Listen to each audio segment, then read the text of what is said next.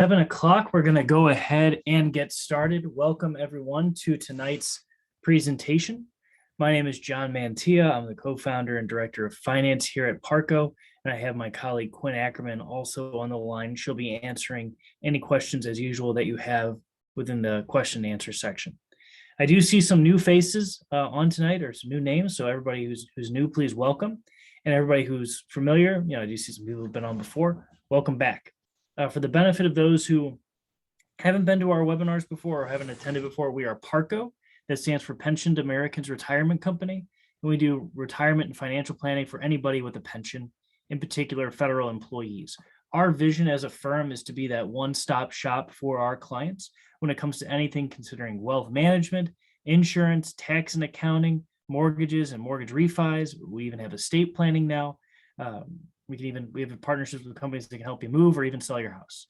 So for anything that you might need as a federal employee or retiree, we want to be that resource for you as you go through your working career and then enter into your retirement and enjoy the fruits of your labor.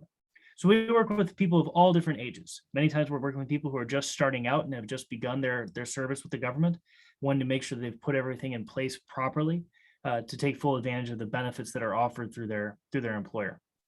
Then we talk to people who are in the middle of their careers, want to make sure that they've taken the right steps necessary that aligns with their goals for the long term. And then we generally talk a lot to people who are nearing the end of their careers or who have already entered retirement and want to make sure that the way that their finances or their plans are put in place is congruent with their congruent with their long-term retirement objectives.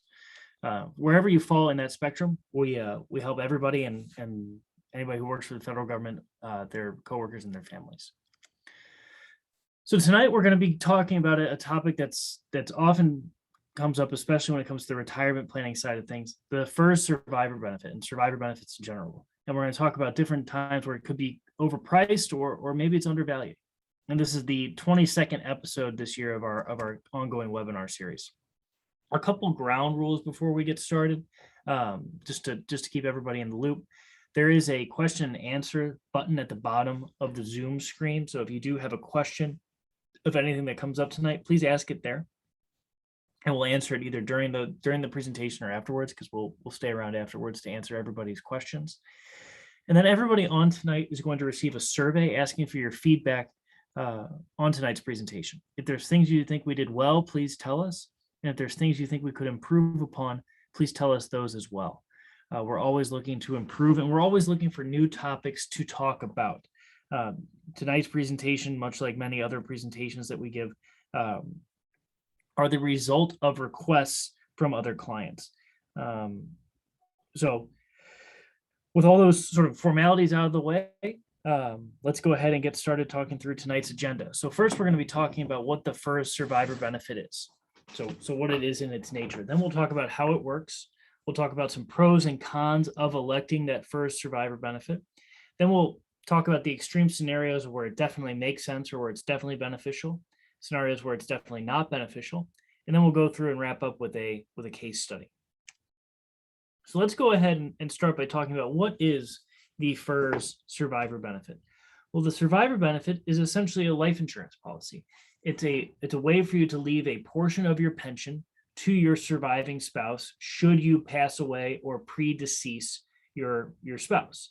So the way it works is that your pension is reduced by a certain amount, and then depending on the election that you make, your beneficiary, your spouse, would receive a portion of your pension for the rest of their life. So when we think about the survivor benefit and we frame it when we're talking to clients and helping people through their financial plans, it is effectively part of that life insurance and legacy planning bucket. And the thing is, when we think about legacy planning for clients and when we talk through this with people, a lot of people think of things in terms of silos. So they'll say, oh, well, I need to elect a survivor benefit to make sure my spouse is taken care of, and I need to have my FEGLI to make sure my spouse is taken care of, and that's my life insurance. And then I need my TSP and my IRA to live on, and then I'd really like to have my house paid off as I get older or maybe enter retirement. And while all these things are important conceptually to keep in mind, you should also note that if you were to pass away, your surviving spouse, your heirs are going to get all of your assets. and all of everything that you have. So things like your TSP, your IRAs, your home, any assets that you have are part of that legacy planning discussion. Now, they're not dedicated legacy planning tools, but if you pass away, they're going to inherit those assets too. So oftentimes we find people can be overinsured if they have this type of siloed thinking, because to us, looking at things a little bit more objectively, it's all about how each of these different tools plays into your overall estate and your overall larger picture plans. And oftentimes we find that results in people saving a lot of money or not needing to purchase certain types of insurance because they realize, hey, well, if I do die in the next 10, 15, 20 years, my spouse is going to get a healthy sized TSP, or they're going to get a paid off house. So while the survivor benefit might be important, and we'll talk about how it can play into a retirement and legacy plan, it's important to note that it's just a piece of a larger story. So now let's talk about how the FERS survivor benefit works. So as a FERS retiree, you have the option to elect a survivor benefit on your pension, where in exchange for a reduction in your pension for the rest of your life, your spouse will be entitled to a portion of your pension for the rest of their life. So you have three options as a FERS employee when electing a survivor benefit. You can elect a 10% survivor benefit, also known as a full survivor benefit, where in exchange for a 10% reduction in your pension, your spouse is entitled for the rest of your life, your spouse is entitled to half your pension for the rest of their life if they outlive you. You could also elect what's called a partial survivor benefit, where in exchange for a 5% reduction in your pension for the rest of your life and the duration of your retirement, your spouse is entitled to a quarter of your pension for the rest of their life if they were to outlive you. And then, of course, you also have the option to elect no survivor benefit at all, where in exchange for no reduction in your pension, your spouse wouldn't be entitled to any of your pension. It's a pension only for your life. So those are some of the basics of the FERS survivor benefit in terms of how it works mechanically. If there is anybody on tonight who is civil service, just let us know in the comments section, and we'll walk you through how their survivor benefit works a little bit differently. Similar in concept, but in mechanic, it works a little bit different. So you have this benefit available to you. You have this option to elect a survivor benefit on your pension when you retire, but doesn't make sense. Well, what are the pros and cons of doing so? So first, it's important to weigh the different components. On the pros, electing a survivor benefit is a COLA enhanced benefit, meaning that it is cost of living adjusted for the beneficiary. There's no underwriting requirement, and it allows for FEHB continuation, which is perhaps the most important thing. But some of the cons are the cancellation policy, its taxability, its non-transferability, and that it's a structured payout. So let's walk through these each one by one. One of the main cons of the survivor benefit is that you're very limited into when you can cancel that survivor benefit. You have 30 days after you've received your first full pension check after the interim period to turn the survivor benefit off. That's otherwise, if you've elected it after that time period, it's going to be permanent for the duration of your retirement, unless your spouse or the beneficiary passes away. However, you have 18 months after you retire to turn the survivor benefit on. So that's something important to keep in mind, is that you can always turn it on, or you have a much larger window to turn it on than you do to turn it off. And actually, this brings up something that I will keep a note of because it just reminded me of something. Anyway, so another con to the survivor benefit is its taxability, especially when we compare it to life insurance. So with the survivor benefit, you pay for it. It's a reduction in your pension. It's a pre-tax reduction. But then for the beneficiary, it is a taxable benefit. It will count as income to the beneficiary.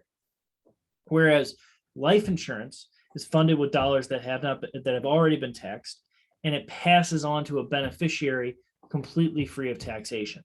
So when we think about the different tax implications of these two options, the life insurance does compare favorably.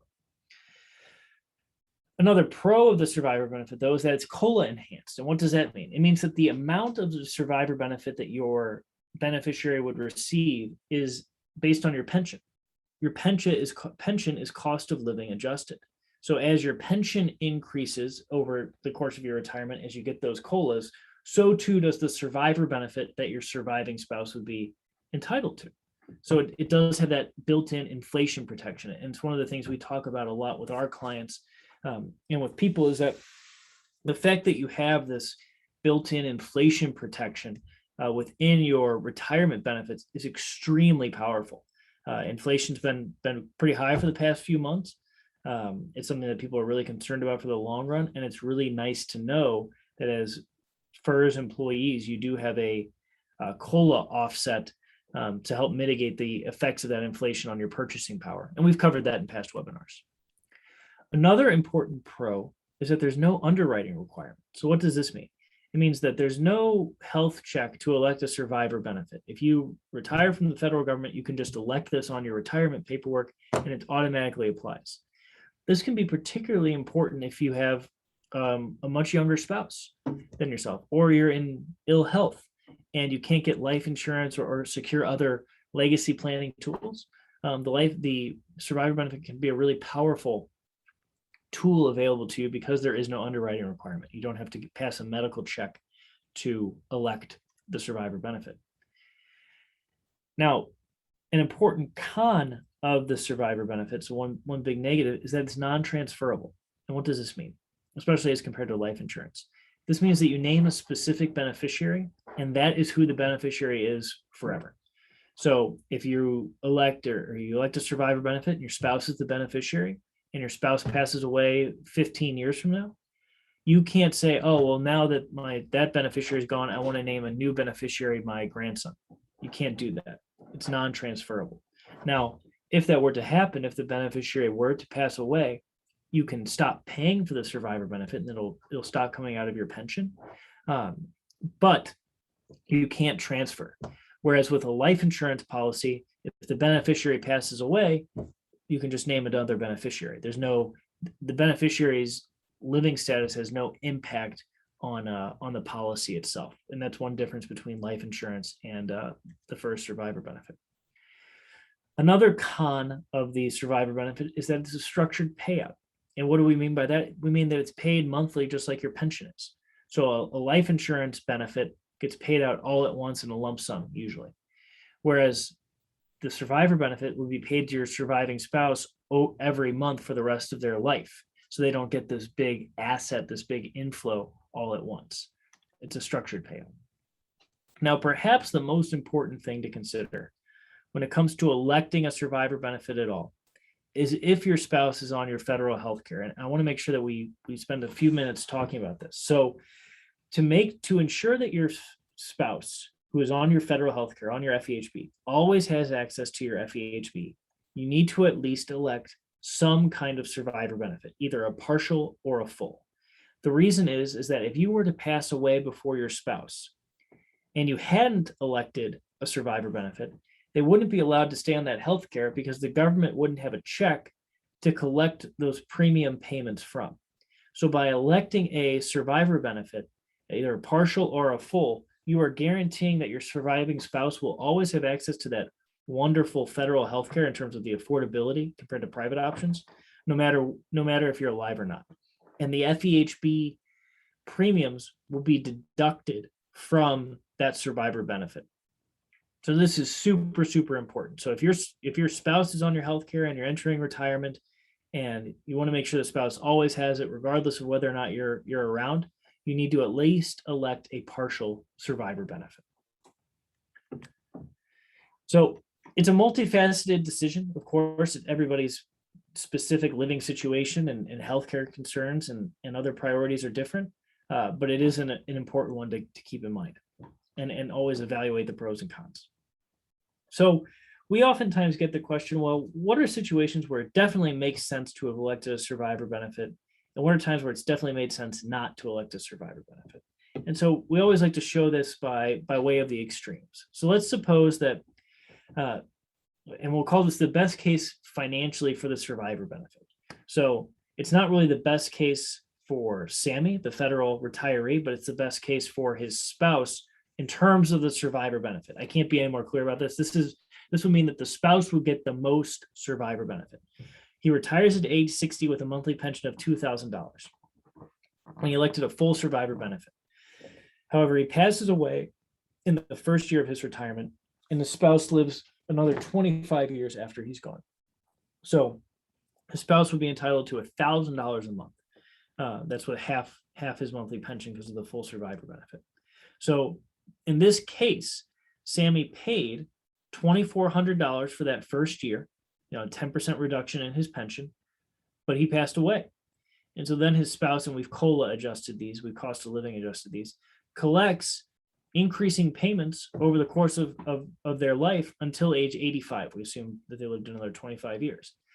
That means that over that time period, they collected $419,000 more dollars than they paid into the survivor benefit. Or said another way, they paid $2,400 that Sammy did before he died for a benefit to his spouse that with a total cash value, just summing up the payments, of over $400,000.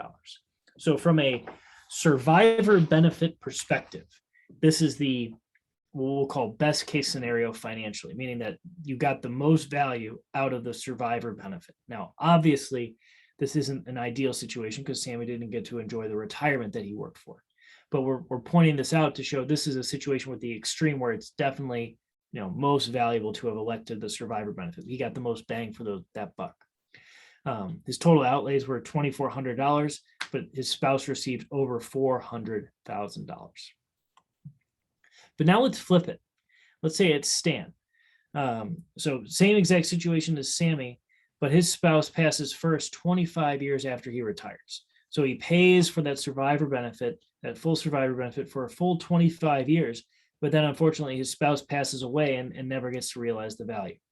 So over that time period, using the cost of living adjustment assumption, it costs $2,400 per year at age 60. But then by the time that he reaches age 84 and his spouse passes away, it's costing him over $4,300 a year. And there's no survivor benefit collected by his spouse because they pass away before him. So over that time period, Stan would have paid over $82,000 in survivor benefit payments for no benefit at all to be received by his spouse. So total outlays of over $82,000. But no benefit received by the spouse. This is the worst case scenario from a survivor benefit financial perspective. So now that we've gone through some of those extreme scenarios, let's go through a case study comparing the survivor benefit to life insurance. So we'll take Federal Frank, a guy we love to use as an example. He has a gross pension of $2,000 per month. He's electing a full survivor benefit, so it's going to cost him $200. His retirement age is age 60, and he's expecting his mortality age to be age 80. And we expect that his wife will outlive him by 10 years. These are some of the assumptions that we're going to make. It doesn't matter how old she is, but just that she lives 10 years after Frank. So if Frank elects, and we pulled these quotes for easy scenario perspective. So first thing was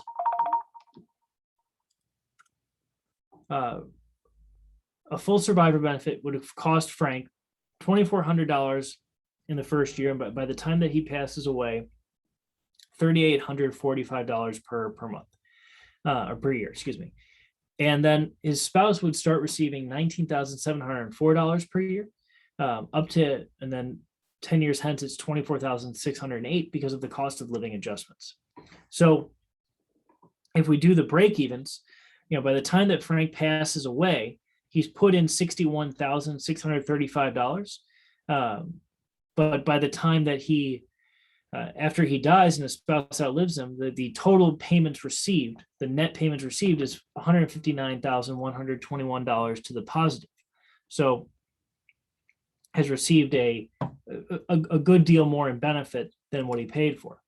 So the question is, should Frank elect the partial benefit or the full benefit? So if that's what the numbers are for the full benefit, what if instead of electing the full benefit, Frank elected a partial benefit and then bought life insurance to insure for the rest?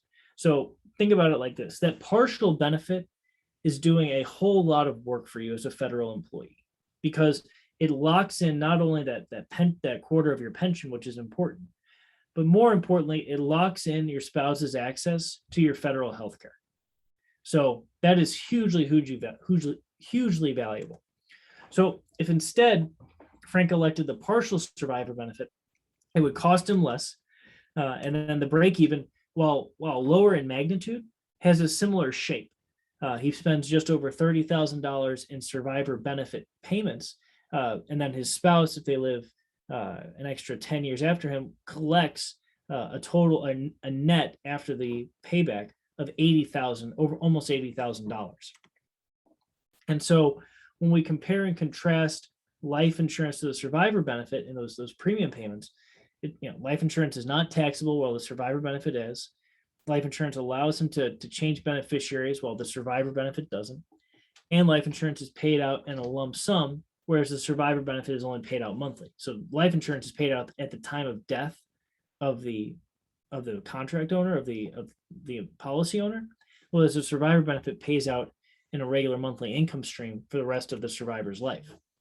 So if we looked at a 60-year-old man and tried to figure out how much coverage could he get using $100 monthly premium, we get these tables. He could get, if he was trying to get a guaranteed policy, he could get $35,000 in coverage. If he was in better health, it'd be $44,000. Where standard here is a health rating and preferred is a higher health rating.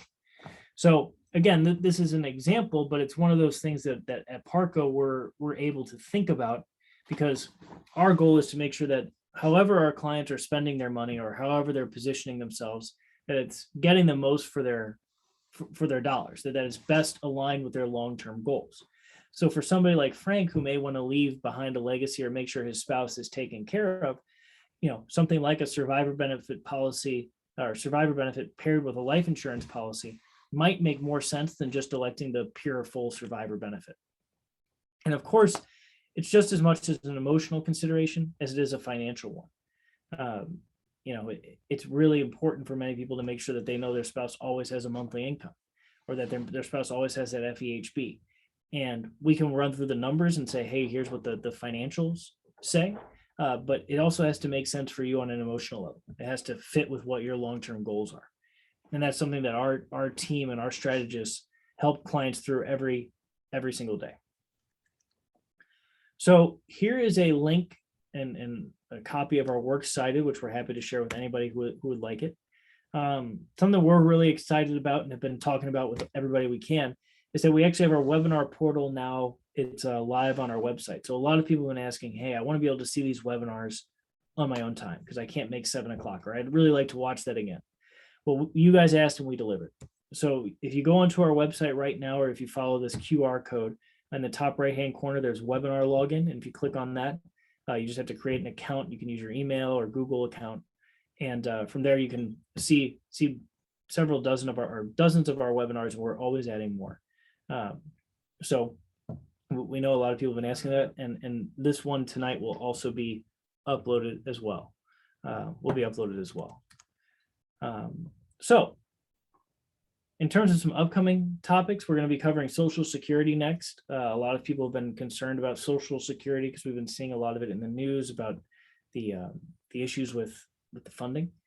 So we're going to be talking more about Social Security and how strategies for federal employees and retirees.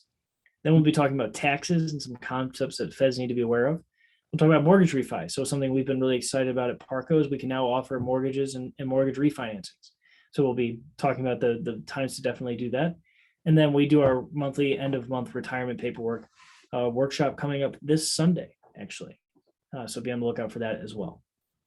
If you ever need to reach us, you know how to get to us at our website, info@GoParco, or calling us on our main line. It's always a thrill to present to you. I know that Quinn and Jesse have been doing this a lot now for the past few weeks, so it was great to get back out there in front of you. And I'm happy to stay here, and Quinn is as well, to answer any questions that you have about the survivor benefit.